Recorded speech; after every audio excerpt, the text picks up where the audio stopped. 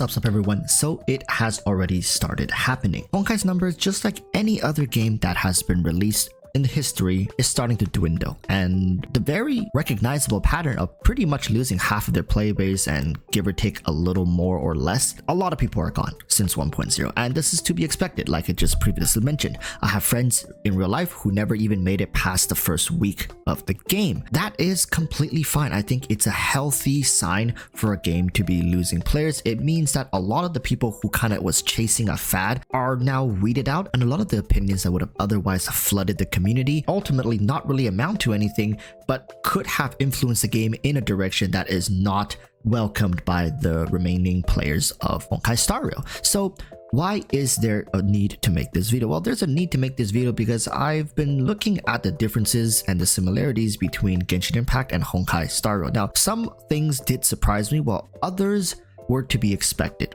such as this huge dip in player base. I have been thinking about making this video for a little while, and there are some key things I want to focus in on, especially as to how the future of Honkai Star Rail as it differs also from Genshin Impact. So on the screen you may find a graph right now showcasing the similarities. Well, you can see how they both spike extremely hard. Now this is the thing that really caught me off guard, the fact that Honkai Star Rail has similar success to Genshin Impact. Now, to put that into perspective, right, Genshin back in 2020 had very little competition. I would even say no competition with the quality that they were dishing out and the niche that they were diving into. Honkai Star Rail actually has surprisingly more competition, even in this space, the anime turn-based RPG game, than Genshin Impact. And even then, there's a lot of people who gave this game a try. Now, yes, as you guys see, the huge dip does follow soon after as well. It's not like Honkai is going to stay this popular forever. And also, don't let the similarities and the trajectory of the graph fool you. If you observe the chart a little more carefully, it's evident that the traction of Honkai has fallen more than Genshin from its initial big rise. In fact, hovering over the mouse, Honkai currently has a rating of 27, whatever that means, and when Genshin had their first dip, they were hovering around 40, and that's almost a 100% difference. Almost, right? Give or take. It's like around like 80% difference, which is huge in terms of relevancy. Now, we don't have enough data, but I would want to argue that Honkai will continue to level off like Genshin did, and with the release of new regions and stories, and of course our beloved characters, the game will continue to do well. However, now we have to talk about some of the biggest differences between Honkai Star Rail and Genshin Impact. Honkai Star Rail is a turn-based RPG game with an auto-play feature. Now, I cannot stress this enough. Most of the time I'm playing Honkai, I'm not actually playing the game.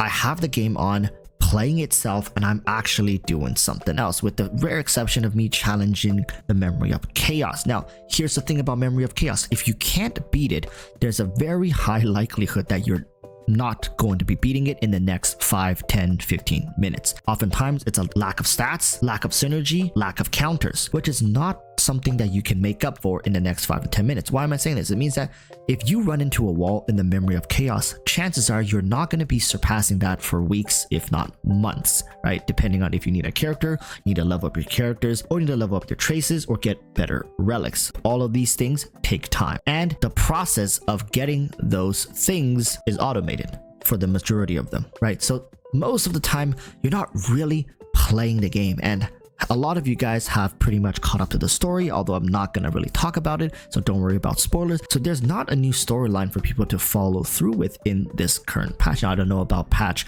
1.2, but a lot of people have their eyes dead set on characters over the other contents of the game. This is another major reason why I'm slightly concerned for the game's longevity. In a video that was made by Vars, he highlighted that when it comes to hardcore turn-based RPG players, which I would imagine a lot of them did decide to stay, right? When people usually quit games en masse, it's the casual players who are hopping from game to game, checking things out, trend chasers. They were never really going to stay and be committed to the cause and intricacies of the game. The people who are a little more try-hard, people who have invested both time and potentially money into the game, likely cares a little more about how the game is played and the inner workings of it. So Vars himself said he was an avid turn-based RPG RPG lover, and the design for Honkai Star Rail just isn't complex enough to keep someone like him to stay engaged with the combat system. It's far too simplified, and HoYoverse's attempt to reach as many players as they possibly can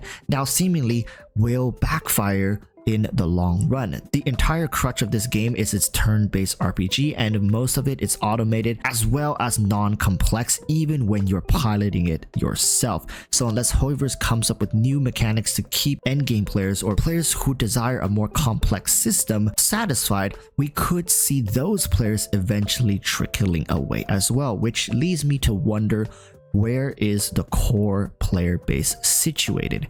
Is there no other anime-based RPG game available for them to play so that they have to play a game like Honkai Star Rail? How many people are still first-time turn-based RPG players who are still waiting for their waifus or husbandos to come out before they give the game a final verdict? You guys gotta remember that looking at Genshin's chart, when Genshin was at its peak, there was little alternative. Right now, there are plenty of alternative games that have actually came out since Genshin's success. Now, I'm not going to comment on how good or bad those games are, but the fact that you have other options now should be a terrifying thought for HoYoverse to up their game. And one of the reasons why a lot of Honkai's optimization and integrated systems have been very well polished, and an upgrade from Genshin Impact should show you how much HoYoverse cares about satisfying the general player base. Now again, I keep emphasizing the general player base, right? The masses.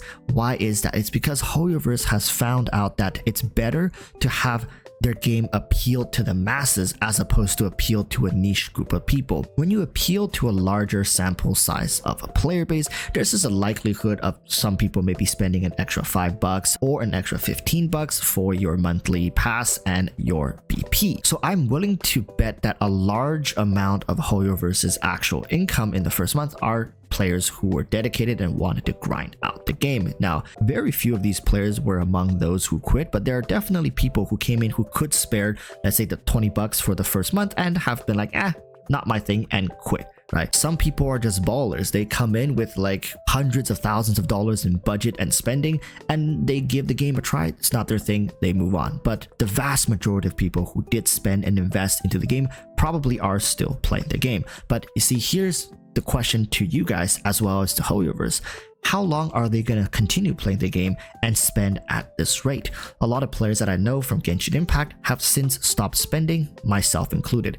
I've skipped 5-star characters, 4-star characters, as I just don't see any point in building those characters anymore. Both games does not incentivize group play. There are co-op features or systems in place, whereas in Honkai Star Rail, you can have a buddy accompany you in certain combat runs, and Genshin Impact, you can visit people's world and have them visit yours. But it really isn't developed to make you feel like you're a part of a bigger community unless you go online. And this isolation in a live service game where you're playing on auto for 90% of the time, I'm saying 90%, I think it's probably even higher than that once you get to late game. Right? Once your characters are level 80, for those who are Trailblaze level 60 and above, your characters are built, you're just farming materials every day, and you probably get to only play the game for 10 minutes a day. You are already at Genshin's endgame, right? People are starting to slowly push Memory of Chaos, running into a wall, realize they have to go back, level up all their other characters, supports, whatnot, to level 80 as well, along with the light count, and you're just farming day in, day out with no new story quests, no ways to interact with other players, right? No huge global size events that incentivize you to play more. So HoYoverse designed another side game, which I don't think there's anything inherently wrong with that. It's just in this topic that we're talking about the longevity of Honkai Star Rail, a title like Zenless Zone Zero is on the horizon. A title like Wuthering Waves is also coming in the near future. How competitive is Honkai Star Rail going to be once those titles hit the market? That's really the question that I'm asking. And in my honest opinion, it doesn't look too hot for this game, right? Whilst a core community will start to form, I do think the vast majority of people will start to migrate away and into new titles, mainly because Star Rail just doesn't have the charm of a complex turn-based RPG game, and nor does it have the incredible casual aspect of, let's say, a Pokemon game, a single player casual turn-based game either. It floats in between these two realms and kind of in this purgatory realm of, well, there's a lot of money you can sink into this game,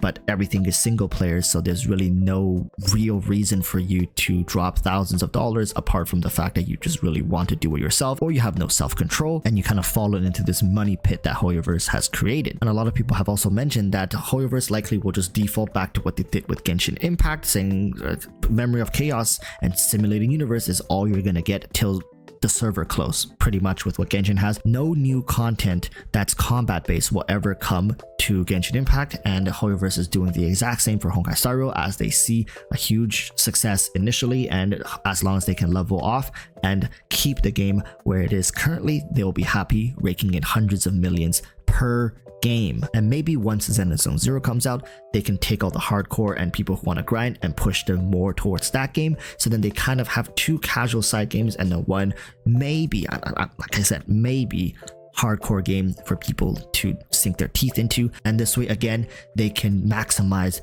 the reach they have on the market. Honkai Star Rail, I think, is just going to be one of those titles that hovers in the background in the future.